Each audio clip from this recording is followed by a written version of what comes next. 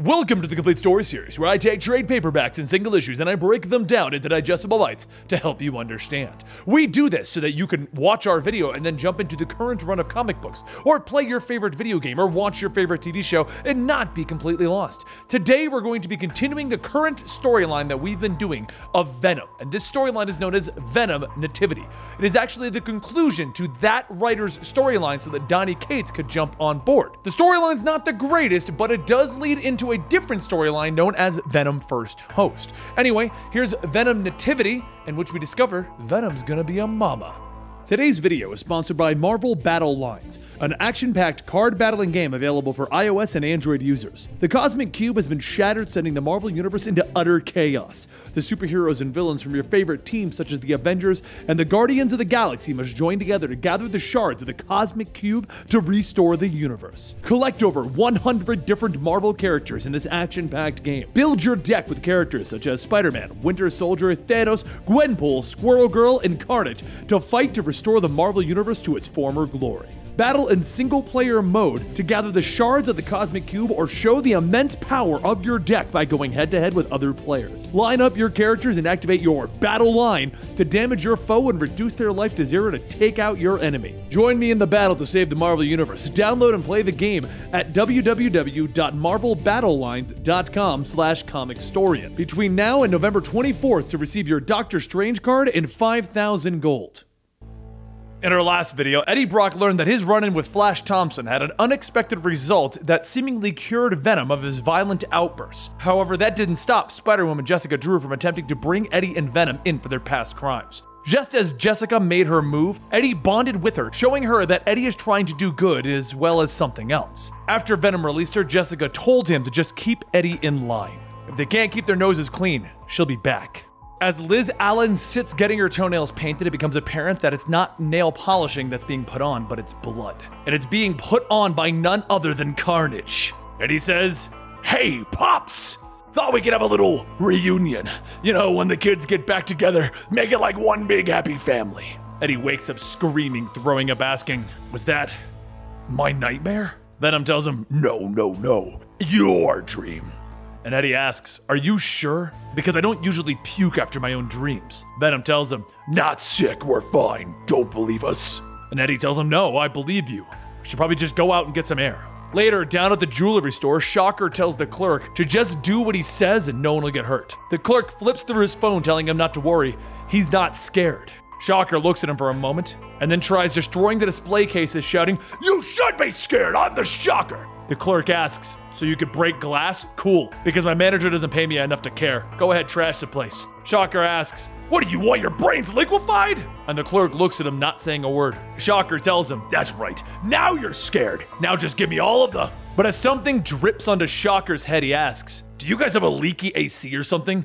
Oh. Eddie appears, telling him, "All this talk about liquefied brains is making me a bit peckish." Shocker yells, "Get shocked!" And he hits Eddie with his sonic blast, but Eddie throws Shocker. Shocker gets back up, pumping more power into his gloves, hitting Eddie with everything that he has. But as Eddie says, "We're gonna be fine," suddenly it all begins to hurt. Venom shouts, "We have to get somewhere safe!" And Venom is then ripped off of Eddie, with Eddie asking, "Wait, where are you going?" Eddie is then blasted away and Shocker pauses, asking, "Did I just win? I did it! I won! Yes, in your face!" As Shocker runs back out of the store with the diamonds, he runs into traffic and gets hit by a passing car. Before he can get back up, an officer pulls up telling Shocker to get on his knees, and Shocker simply says, "Aw, crap!"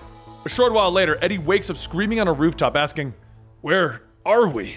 Venom tells him, "Had to get us somewhere safe. Herman Schultz is stupid, already caught by the police." Eddie says, "That's not the point. You ran away and potentially endangered more innocent people. And how do you even know his name?" Venom tells him, "I know a lot of things."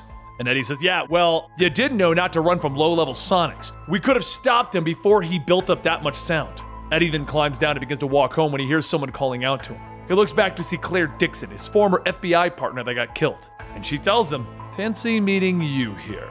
Eddie is in shock. "Wait, you died in my arms, how?" Claire tells him, "Ha, think of your lifestyle. Who hasn't died and turned up again? Didn't you even die once?" Venom whispers to Eddie, "Something's wrong. The street is empty."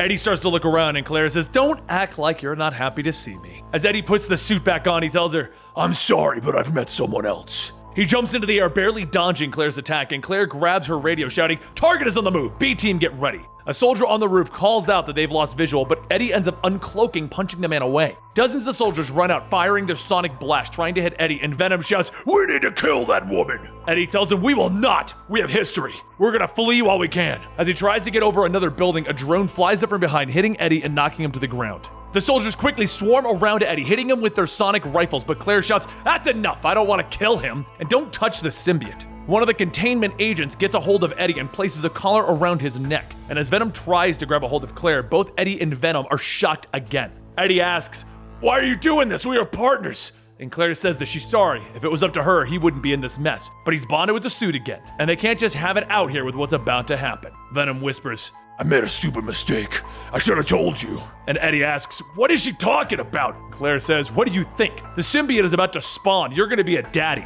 Venom tells him, "I never lied to you. I was hoping that you would feel it." And Eddie tells him, "I never felt anything."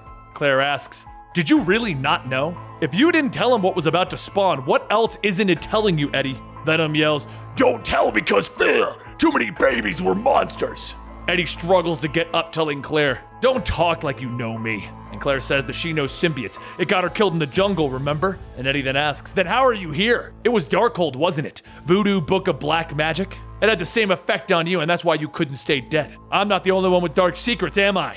A voice in the shadows then says, "That's enough. I'm starting to feel left out." Scorpion steps out, and Eddie asks, "What are you doing here? You're working with this psycho now?" Scorpion leans in. "I'm the psycho? Last time I checked, someone else was strolling around eating brains. Don't act like you're better than me."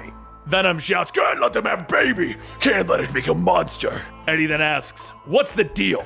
Did they pull you out of prison so they can attach a symbiote to you so they can run tests?" And Claire says that he's experienced and controllable. And Scorpion says, "Why are we even listening to him? Why don't we just..." But just then a spark shoots out, separating everyone. And Jessica Drew hangs out of the moving van, stating that she heard someone pregnant was getting kidnapped. They can imagine that she'd have a problem with that. Scorpion goes into attack, and Claire shouts, "You can't! You can hit!" Jessica Drew, Spider-Woman, whips the doors off of the van, stating that this is a breakout, and tosses Eddie out on the table, telling him, "Get that alien to soften the blow." Eddie skips across the road while Jessica goes back to fighting Scorpion, but after knocking him down, Claire grabs her and headbutts her. Claire then throws Jessica out onto the road and shouts to the driver to turn around, but the driver looks away, crashing into the cars up ahead. Jessica gets ready to help, but Eddie yells at her that they're going to be fine. "We need to get out of here before both of us are in custody." She grits her teeth, telling him, "You're lucky I have a soft spot for unborn babies," and picks Eddie up and climbs up a building. Scorpion bursts out of the van, shouting, "Where did he go? You promised me a suit, and I'm not gonna let that man take away what belongs to me."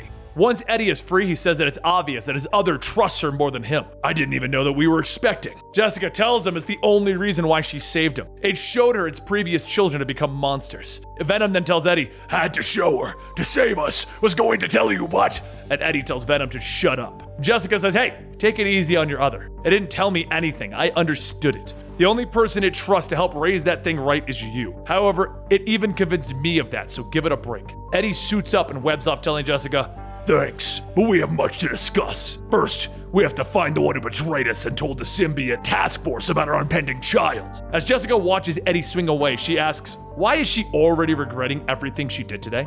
The next morning, as Dr. Steve hums to himself looking at his microscope, he sees the words, "Hi there." He asks what in the world, and Eddie tells him, "You have such a wonderful tune. Shame if we have to rip out your larynx. We haven't been here in weeks, and still you're the only person to examine us. You knew a child was coming and told them." Dr. Steve says he didn't, or rather, he didn't know that he knew.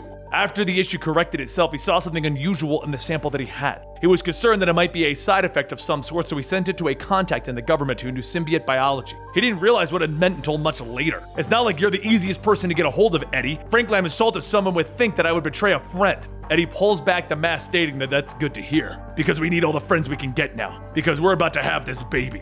As Eddie is strapped down, Venom begins to give birth to its spawn, and he struggles, asking, "Why is it giving me a hard time? When Carnage spawned, we barely felt a thing." Dr. Steve says that because before, the symbiote had its other children forcibly removed in a lab. Before it visited its home planet and was re-exposed to its ancestral environments, and before its own metabolic poisoning, well, before a lot of things, really. You're going to need to separate from the symbiote while this is happening. There's a slight chance that you could go into organ failure or suffer a stroke, Eddie. Eddie begins to pull himself away, but Venom shouts, "No! Need him to stay!" Then Eddie says, "Don't worry.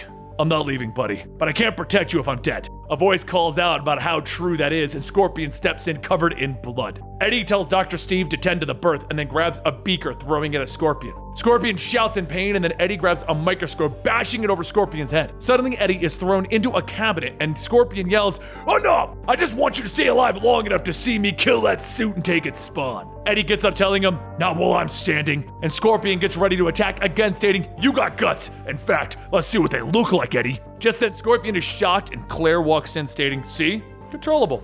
Eddie picks himself back up, telling her, "Too bad you don't have one of those from me." And Claire tells him, don't make her go through him, because he knows that she can. Dr. Steve calls out, "Everyone, stop fighting. It's for nothing. It's a stillbirth." Eddie looks back fainting, stating, "We tried so hard." And shortly after, Claire herself collapses. Dr. Steve looks at the three, stating that there's a lot of injured people in his lab today. Later, back in Liz Allen's office, she tells the person on the phone that yes, she is glad that their agent is okay. Dixon is obviously a tough woman. They will provide any help and material that they can. They know Alchemax values their relationship with their offices. Liz hangs up, stating, maybe next time you want to burn down my house, why not get my kid expelled from school while you're at it?" Eddie tells her to come on. Putting Scorpion away felt good, right? And Liz tells him okay, that did, but not enough to make up for trashing her labs again. And after lying to the US government about keeping a baby extraterrestrial that they want, Venom whispers, "It's beautiful." And Eddie smiles, stating that it is. Liz tells him that she really hates when he has a weird private conversation with himself in front of her. And Eddie says that they'll come by twice a week to spend time with the baby to make sure that it grows up right. There will be no host until they decide the child is ready to bond. And until then, they will keep it safe and allow Alchemax to study it, not invasively. Everyone wins. Liz asks, why does it feel like he wins and she's just picking up the tab? And Eddie laughs, walking away, stating, "Because you're my sugar mama." Venom then says, "I've changed my mind about her. I like Liz and the fat doctor." Understood, it doesn't have to just be us, Eddie. Understand. Family. And there you have it, Venom Nativity. Now, I'm not gonna lie, the plot to this where he has another baby, then he's worried about it turning into a Carnage, that I didn't have a problem with. The portrayal of Venom in this story was just weird. To have Venom going around being like, "Eddie, we're gonna be a family." It's just kind of weird, isn't it, guys? I mean, I'm not crazy. You know, it's like Venom being like, "Yo, let's go to the store and buy ourselves a crib. It'll be amazing, Eddie. And then we'll go get all the Gerber's baby food, because Gerber's is where it's at, Eddie. Don't worry about it." It's just weird, guys. Anyway, this concludes that writer's run with Venom, and then his storyline seemingly moves over to Venom First Host, a storyline that we may or may not be covering.